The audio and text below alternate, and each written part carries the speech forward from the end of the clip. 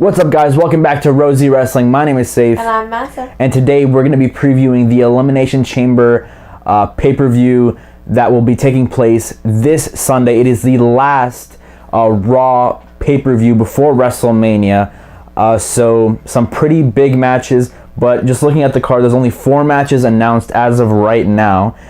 So they're probably going to have some impromptu matches, possibly the tag titles being on the line, probably between Titus Worldwide and The Bar, maybe the Revival and the Club wrestling each other for the 500th time, and obviously we still have Ronda Rousey actually signing her Raw contract, so that would probably take up a chunk of the time. But still surprising that, you know, the roster is like, it's not the biggest roster, but still only 4 matches. That's pretty pathetic. So we're going to start off with possibly the most low-profile match from this card, Matt Hardy versus Bray Wyatt. Now, what do you think of this feud overall, and who do you think is going to win this match? So I think that Matt Hardy's going to win this match because at Raw 25, Bray won very easily. But the problem with this is, you know, Matt Hardy, his character was very hot when it came in. You know, we've been wanting this for such a long time, and he did so well in TNA. They brought it here, and we all were so excited to see him against Bray Wyatt, and we thought that they would wait till Mania, but they spoiled it at Raw 25. In a throwaway match, and it kind of just ruined the whole thing for me, and I don't really care about them anymore. Yeah, I have honestly zero care for this match. They have really ruined this whole program, and they're probably going to have Matt Hardy win this and then have one more match at Mania, possibly in the pre-show, which is just sad because Matt Hardy was probably, him and Jeff obviously last year were a part of the biggest moment of WrestleMania, you know, with their return. So next, let's move on to Asuka versus Nia Jax. If Nia Jax beats Asuka and ends her streak, she'll be added to the Raw Women's Championship match at WrestleMania. This is kind of an obvious one for me. Is there any way they're going to swerve us and have Nia Jax end the streak? I don't see that happening. You know, Nia Jax, she isn't the most used character. Maybe right now she is being used a little bit more, but, you know, prior to this, there wasn't really much for her to do. I don't think that they should end the streak if they were thinking about it, but I don't think that WWE would throw away such a big star like Asuka like that. And plus, like a triple threat match at Mania, because it just doesn't really seem to work very well with them. So I really don't want to see this happen, and I don't really think it's going to. Yeah, Nia, I think it's a good idea to have them both. I have nothing against the match because Nia and Asuka actually went against each other a few weeks ago, and there was not a decisive finish. So it gives Asuka something to do to go against someone big like Nia Jax. And I'm sure they could both make each other look good and have a pretty decent match. But for me, it's straightforward. Asuka's going to win, go on to WrestleMania, and win the Women's Championship. So next, let's talk about the Women's Elimination Chamber match, the first ever Women's Elimination Chamber match. Alexa Bliss defending her title, first time since October, by the way, but defending her title nonetheless against Sasha Banks, Bayley, Mandy Rose, Sonya Deville, and Mickie James. This is probably the hardest match to predict. If you had to put your money on it, who would be your pick to win this match? I think it would probably be either Sasha Banks or Bayley. I don't think that Alexa has been a great champion. I don't think that they really want to keep the belt on her. She's held it for long enough. The women's title is kind of like a throwaway now. Like no one really cares as much. But yeah, you see Sasha Banks has really, again, they've been showing her a little bit more, and maybe she might have a heel turn soon or something to make the women's division seem a little bit more exciting. But I was actually thinking, in this Elimination Chamber, do you think that Absolution might have some friction? Because, again, now they're just kind of one person. So would you like to see them turn on each other? I guess, but it would just kind of show the incompetence of the WWE to put these girls together and just make them turn on each other almost immediately, because it really has not worked out as a stable. But as for the match, really, you could go 3 ways. It's either going to be Alexa, Bayley, or Sasha Banks. And for me, who I want to win, it would probably be Bayley, have her win, and then have Sasha turn on Bayley and have them wrestle at WrestleMania, heel Sasha Banks against babyface Bayley. I mean, they had that amazing match at TakeOver, and that was probably one of the best women's matches of all time, at least in the WWE. But I do think it's going to be Alexa Bliss who actually wins this, because I think they want to go with Nia Alexa, and Asuka will go for the SmackDown Women's Championship and fight Charlotte. So I think that's what they're going for. I'm totally against that because they really ruined this Nia Jax Alexa Bliss angle. At first, Nia Jax turned on her, and then they were friends like the next week. So no continuity there. I'd rather have either Bayley or Sasha win this match. So for the main event of the Elimination Chamber, for the first time ever, we have 7 men competing, and the winner goes against Brock Lesnar at Mania. Those 7 people are... And the 7 men are Roman Reigns, Seth Rollins, John Cena, Elias, Finn Balor, The Miz, and Braun Strowman. 7 men. What do you think of them having 7 instead of 6? See, again, I'm like you. I'm traditional. I like the 6 men, and now it just kind of seems like it's just overkill, you know?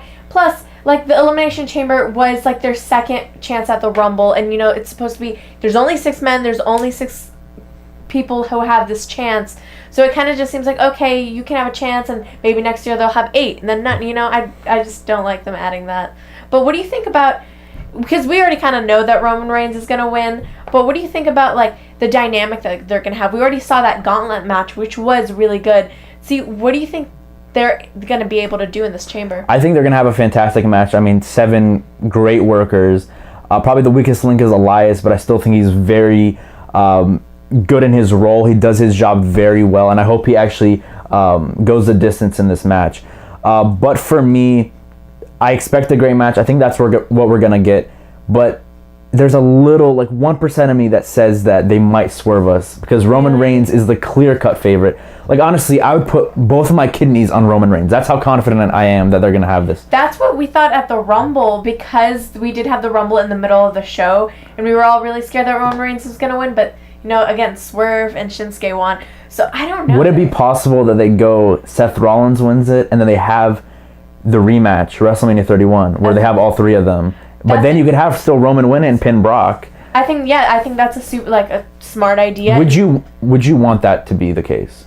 I don't like knowing the main event of WrestleMania from a year before. You know, we were even talking about it. We know what's going to happen. It's inevitable. But now we kind of have Seth Rollins look like a star, Roman Reigns look like a star, Brock Lesnar, you know, he's been holding the title. Now we get to see the title a little bit more. And I think that's a great idea. And there's a little part of me that was thinking maybe Finn Balor because of that whole over thing. But again, Vince McMahon clearly is showing that he doesn't really care that much about Finn, and I don't see him in the main event of WrestleMania. Well, I do agree with you that unpredictability is good for the company, and I don't like knowing my main events a year in advance. But at the same time, I think it needs to be Roman Brock. I think Roman is going to be your top guy. You're going all in on Roman. You can't just have Seth Rollins there. You need Roman to beat Brock convincingly, one-on-one. Roman can be your next beast. And then after that, you could have Roman basically put over these people to put them to his level. Because Brock is not going to stick around. Yes, he might sign a contract until SummerSlam or maybe a year, maybe even 2 years, but he's not going to stick around. He's not going to be your long-term option. Roman is what, under 35? He's much under 35. He's like 32 years old. Seth Rollins is young. You have Dean coming back. Elias is young. You still have The Miz, who could do a lot of things. Braun Strowman is, I think, under 30 years old. You're looking for your future. And unfortunately for many, for me, I am actually super okay with Roman and Brock at WrestleMania. I think it needs to be Roman Brock, and I think I think Seth needs to be kept out of this. Yeah, there is a lot of talk about what Seth is going to do at Mania. We're thinking against Angle, you know, there's already the seeds are already planted. But I think I agree with you in the sense where Roman is the big dog and he needs to win this. But also, do you think that after WrestleMania, Brock is just going to be out of the title scene anymore? Yeah, honestly, take Brock out of the title scene and just let him go against guys and just give us this big fight feel. Not everything needs to be for a championship. One of my favorites of all time, Shawn Michaels, he was never in the title scene, barely ever, but he always had interesting fights with people. You could have Brock be doing that. Obviously, it's very different, Brock and Shawn. Brock gives you a much bigger fight feel because, you know, you can go against Shawn Michaels and end up winning. Brock, it's going to be a lot harder. It might, take a 3-month program, but that's what I want to see with Brock. He was okay as Universal Champion, but now it's time for a full-time champion, and I think Roman is the perfect guy for it, and I'm looking forward to seeing what his reign looks like. So that's it for our preview, but also I just want to gloss over Ronda Rousey will be signing a contract. Is there anything we're going to see from this? There's no way it's just going to be signing a contract. They're probably going to be planting the seeds for a WrestleMania match in this Yeah, I segment. also think that this is maybe just me, but you know, Raw has so many stars, and maybe I would kind of want to see her on SmackDown, even though SmackDown, the division right now is terrible, and it's Women's division. yeah, especially the women's division. Even right now, like SmackDown, The whole show is pretty awful. But you know, I kind of want to see SmackDown come back to the days of 09, you know? So are you saying Ronda might just swerve us all and sign with SmackDown instead? I don't see that happening. This is just kind of what I kind of wanted. But I know that there's something going to go down. There is some talk that Shane McMahon could be Ronda Rousey's partner for WrestleMania. So if that's the case, you could probably see Shane McMahon showing up at Elimination Chamber and saying, nope, actually she's coming to SmackDown. Ronda Rousey agrees. We have Shane and Ronda against Stephanie and Trips at WrestleMania. And that also works because of the whole Survivor Series main event. So that's it for the overall preview for Elimination Chamber. Tell us what your predictions are in the comment section below. And look out for our review, which is going to be coming out Monday night. So please like, share, and subscribe to Rosie Wrestling. We'll see you guys in our next video. Bye!